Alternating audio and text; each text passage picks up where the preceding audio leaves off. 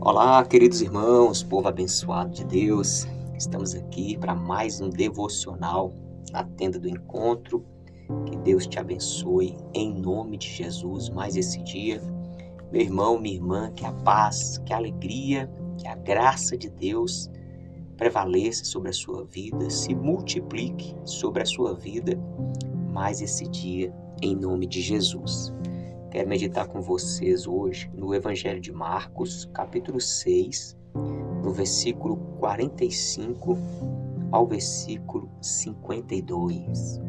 Apenas confie. Esse é o tema aqui da nossa reflexão. Apenas confie, meu irmão. Confie no seu Deus. Confie no nosso Deus, no nosso Pai.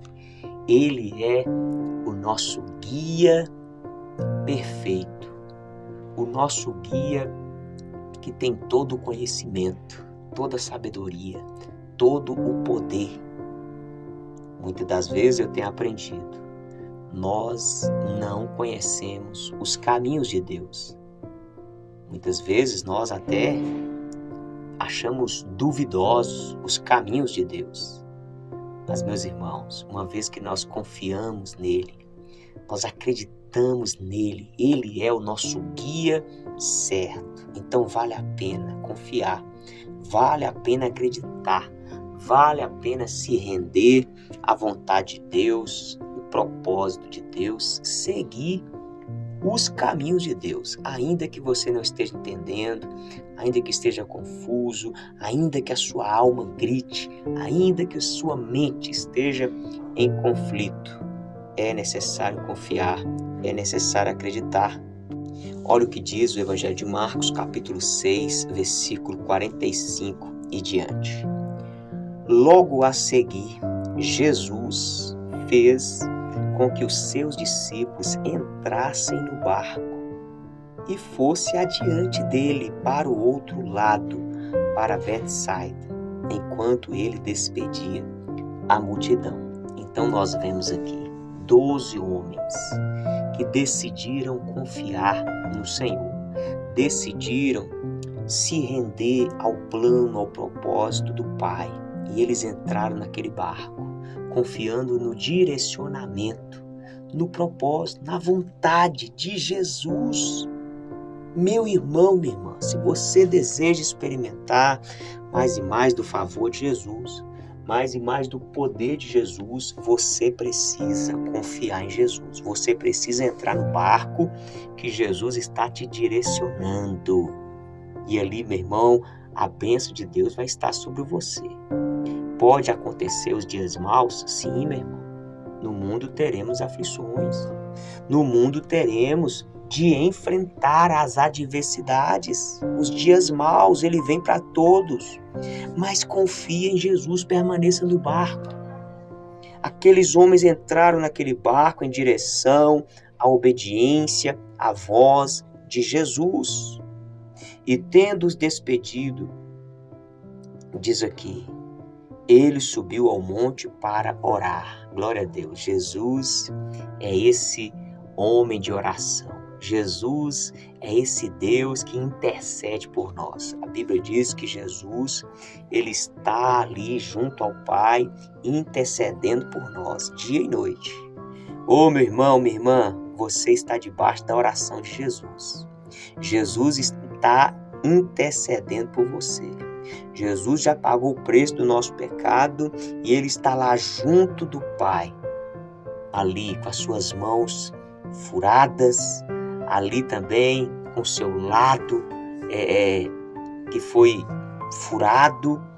E, meu irmão, o sangue de Jesus, ele clama em nosso favor. Nós estamos debaixo dessa oração de Jesus, dessa intercessão de Jesus. Glória a Deus por isso. E no versículo 47, ao cair da tarde, o barco estava no meio do mar e Jesus estava sozinho em terra.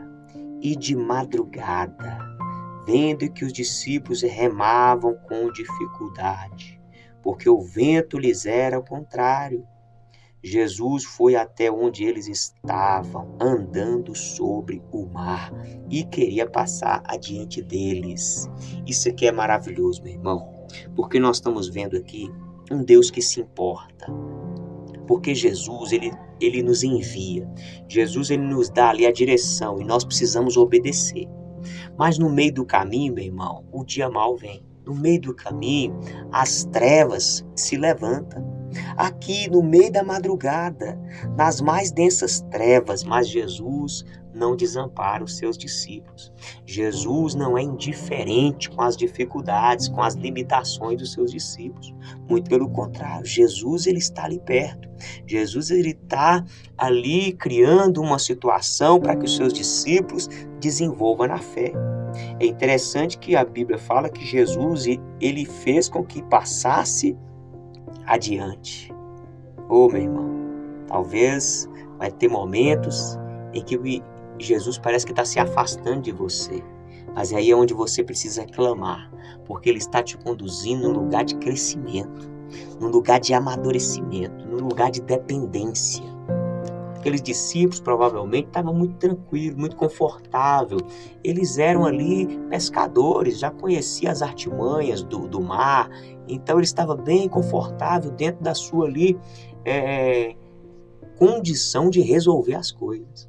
E Jesus então fez com que ia passar, testando a fé deles, colocando a fé deles, a dependência deles, a confiança deles em xeque, provando, examinando ali, para que eles então pudessem ser aprovados. E eles fizeram o quê? O que todo mundo tem que fazer. Eles, porém, vendo o andar sobre o mar, pensaram tratar-se de um fantasma. Isso aqui é um perigo de você não ter o discernimento espiritual. Nós precisamos ter o discernimento espiritual. Jesus está ao nosso redor.